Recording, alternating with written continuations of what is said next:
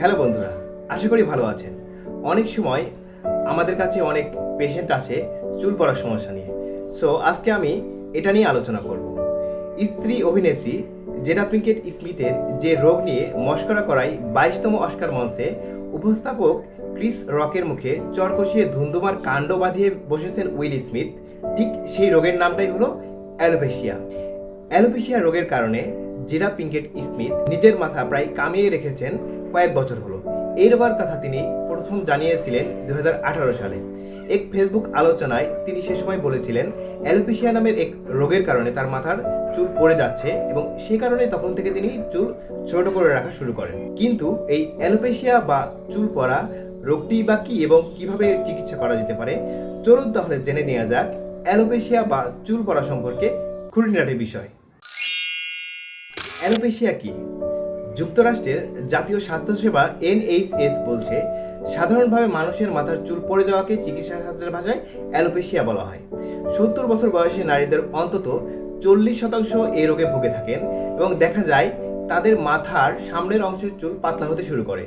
NHS বলছে দৈনিক যে হারে চুল পড়া স্বাভাবিক তার থেকে বেশি চুল পড়ে গেলে এবং একই অনুপাতে নতুন চুল না গজালে যে পরিস্থিতি সৃষ্টি হয় তাকেই চিকিৎসা বিজ্ঞানের ভাষায় অ্যালোপেশিয়া বা চুল পড়া বলা হয়ে থাকে। দৈনিক 50 থেকে 100টি চুল পড়া স্বাভাবিক, কিন্তু চুল পড়ার পরে নতুন চুল না গজালে মাথার বিভিন্ন জায়গায় আংশিক বা সম্পূর্ণরূপে টাক পড়ে যেতে পারে। সেটি এই রোগের কারণে সাধারণত হতে পারে। কি কি কারণে অ্যালোপেশিয়া বা চুল পড়া রোগ হতে পারে? নানা কারণেই চুল পড়ার সমস্যা হতে পারে।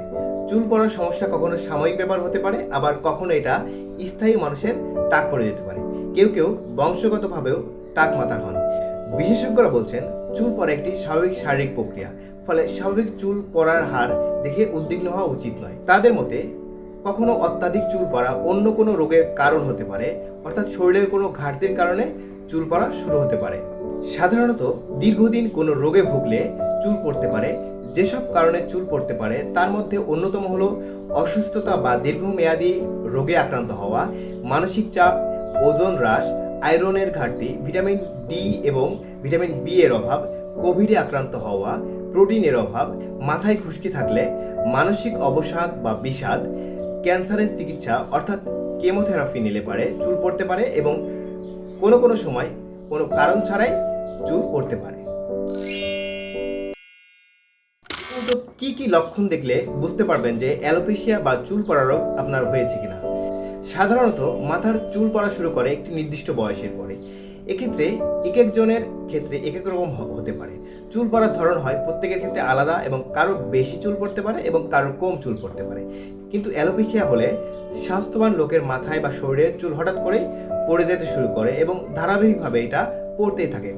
কখনো একটি নির্দিষ্ট জায়গায় চুল পড়তে পারে, কখনো আবার পুরো মাথার থেকেই সব চুল পড়ে টাক হয়ে যেতে পারে। কখনো বা ভুরু বা চোখের পাপড়ি সহ সারা শরীরের লোম পড়ে যেতে পারে।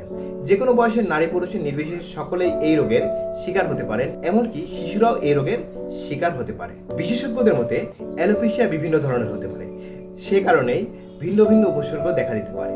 এক একজনের ক্ষেত্রে সেটা এক এক রকম হতে পারে।